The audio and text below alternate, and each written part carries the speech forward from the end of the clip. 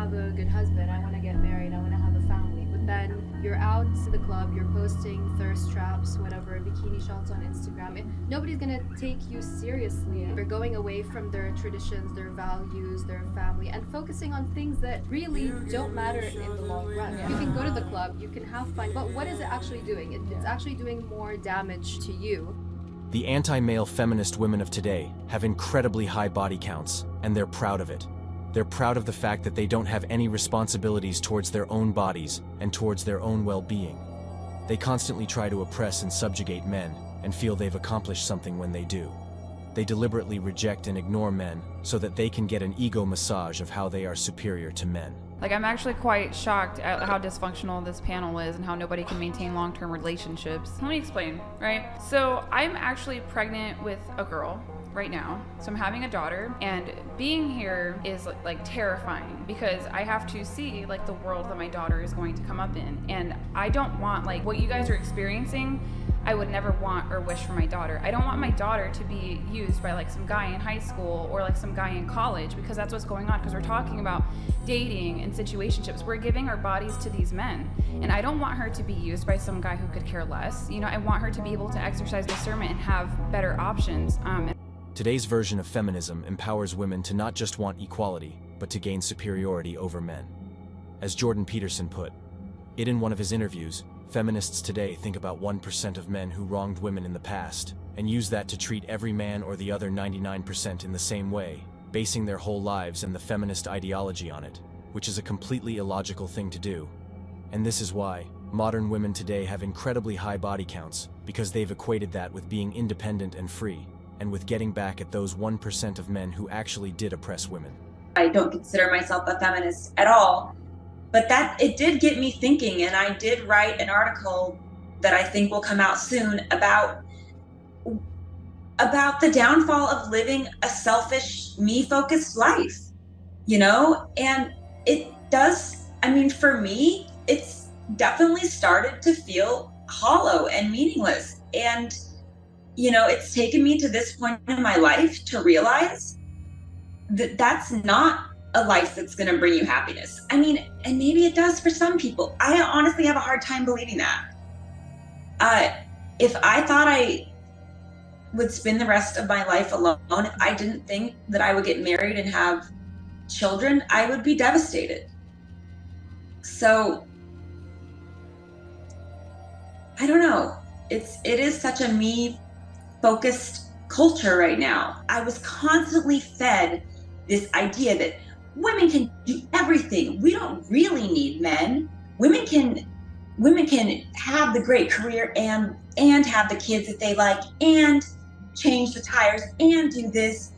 I mean, I grew up thinking, and men are great, but like I can do all the same things. Like I do feel in many ways betrayed by that line of thinking. Now, this girl finally realizes the truth. She has realized she was brainwashed into this thing that all the cool girls drinking Kool-Aid were into. It was called feminism, and it promised women the independence to live their lives like men, from their point of view. Little did these women realize that living a man's life is not easy, and not something most women would want or be able to do. That's exactly what happened. After a while, women started realizing they were better off making sandwiches and chilling with other women at home and looking after their children, while the husbands went out into the world and busted their backs, trying to earn money for the well-being of the family. So let's watch this trad wife video that has people going insane on the internet with over 11 million views. While the world continues to condemn traditional wives. She's cleaning, she's cooking, making muffins, lots of food, perfume, makeup, cooking some more. She's saying, I'll continue to live my truth. That is the video that has people going crazy A lot of the hate that she's getting on this video is women saying, oh, this is such a horrible lifestyle. I would never want this for myself. I think it's disgusting that you take on this submissive role for your husband. All these different complaints toward this woman. And it's okay that women feel that way. If it's not the role that you want in your life, then don't do it. We as women have an abundance of choices all laid out in front of us. And some of us choose to go down the career path and higher education and all these different things. Others go and choose to be trad wives. Now, ex-feminist women want traditional men after years of riding the carousel and racking up a huge body count. No, thank you, Mayam. Could you ever trust someone like this? In modern times, women hate stability and assurance the way men hate chaos and uncertainty. Modern feminism has robbed women of their meaning and purpose, and given them a new purpose that is only making women more and more miserable. You only have to go and see the women around your society, or online today, to know what I mean. Women are miserable because of feminism. They think they're part of some positive movement that liberates them of their worries, when in fact, it only steals their value from them. I was recently reading a study that said, women who enter the marriage without a notch count, which is now a rarity, are the least likely to divorce. Women with 10 or more partners are the most likely to divorce, but this only became true in recent years, the study said.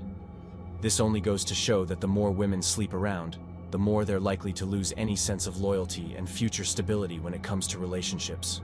On top of that, no man truly wants to be with a woman who has a high body count. Men and women have their own roles, and that has not changed. The more aligned a man is with his masculinity, the more successful he's going to be. He's not going to be able to attain that if suddenly decides because of popular culture that he'd rather be a woman. Similarly, the more aligned a woman is with her feminine side, the more successful she is. For her, success isn't wealth creation. It's the happiness of her children. It's in the moments that she shares with her family. However, modern feminism has completely twisted this to make it sound like being traditionally feminine is a weakness. That masculinity is a weakness. And that women need to be more masculine and men need to be more feminine. They've completely twisted it around, and women are miserable as a result. What started off as a quest for equality is now a quest for superiority. Modern feminist women say they want equality, but they only want it on their terms, which includes domination over men. Women want selective equality. They don't want true equality. They want the same salary that a man has for a particular position, without having to work for it as much as that man. Women want a place in the boardroom, but they don't want to sit past 6 p.m. because they've got to go to their spa appointment. Women only reveal their anti-male woke nature when they do they things, because it shows they just want to ride the wave of success without having to actually work for it. They compare themselves with high-quality men who literally sacrifice their entire lives and live in incredibly competitive environments just so they can get to those positions. Modern feminine women are also promoting a dangerous narrative, which is that they believe they can function in societies without any men in those societies. This is a dangerous narrative because it will misinform young women about how they can do that, without ever having to work for it. Will these women work in the sewers? Will they work in the mining industry? Will they literally work in deplorable conditions that men work in just so they can feed their wives and children? Or is it just the CEO that modern women want to emulate and look at? Why the hypocrisy? Why selective equality? Truth be told, this isn't equality. It's gender politics for domination while using whole generations of innocent women as pawns. Based on just observation, they must be empty inside. Craving emotional jolts is the only time they feel alive. Looking deeper into meaning and purpose will sustain them and free them from this drug-like addiction of misery. Only they can choose to liberate themselves if they want a better life experience. It doesn't look like they're going to grow anytime soon. In the end, as a man, I would love to jump at the opportunity to date a female who is genuine. No, it doesn't mean I won't return the same energy, because why would I ask you to be genuine if I was going to be fake? At the end of the day, I'll stay single until then, building my empire higher and stronger. Don't try and fool me with your claims to this or that either. I can see snakes coming miles away. We live in a time where social media shows you one thing, but the reality is the complete opposite. Like this woman who glorified solo travel on Instagram, but was miserable every second of it because she was alone and hitting the wall hard.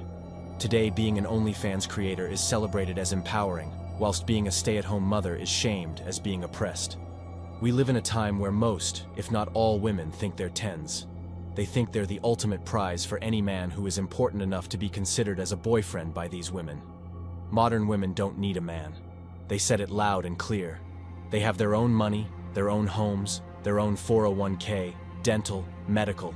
They pay for their own food, clothing, vacations. They are fully functional. Adults who don't need a father by proxy, don't need a supervisor or manager.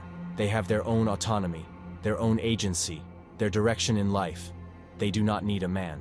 So, what is their problem?